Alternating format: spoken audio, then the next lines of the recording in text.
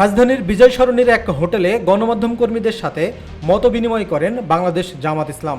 মতবিনিময় সভায় সাংবাদিকরা নানা মতামত এবং প্রশ্ন করেন। যে সকল প্রশ্নের উত্তর দেন জামাতের আমির ডাক্তার শফিকুর রহমান। এক সাংবাদিক জানান, দীর্ঘ বছর সাংবাদিকতা করলেও জামাতের বিষয়ে সঠিকভাবে জানতে পারেননি তিনি।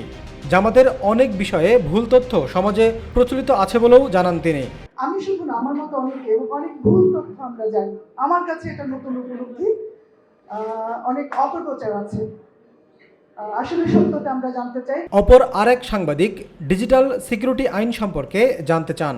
এটি আসলে গণমাধ্যম কর্মী হিসেবে আমি জানতে চাই এবং জাতীয় আসলে জানতে চায় নতুন বাংলাদেশে আপনারা এই ডিজিটাল সিকিউরিটি অ্যাক্ট রাখবেন কিনা বা গণমাধ্যম দমনমূলক যে আইন সেই আইনগুলো রাখবেন কিনা।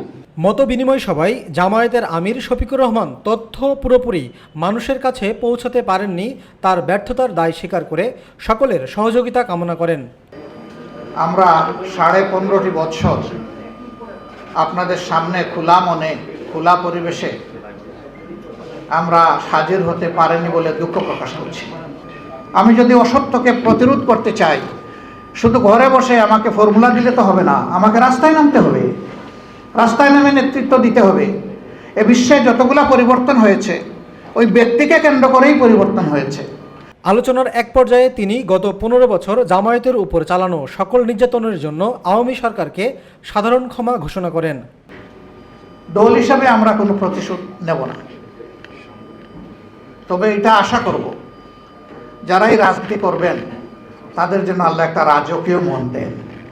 ঢাকা মহানগর উত্তরের আমির মোহাম্মদ সেলিম উদ্দিন সাংবাদিকদের উদ্দেশ্যে বলেন, আপনারা সমাজের দর্পণ।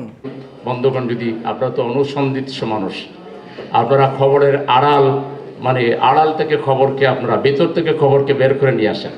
তিনি একই সাথে সাংবাদিকদের কলমের মাধ্যমে বিগত স্বৈরশাসকের সকল অপকর্ম তুলে আনার আহ্বান জানান। জামাত ইসলামী ঢাকা মহানগরী উত্তর আমরা প্রস্তুত আছি, যে কোনো অন্যায়ের বিরুদ্ধে আমরা রুখে দাঁড়াবো। আপনারা সাংবাদিক বন্ধুরাও আমাদের জাতির মানুষগুলো একটু সাহায্য করেন।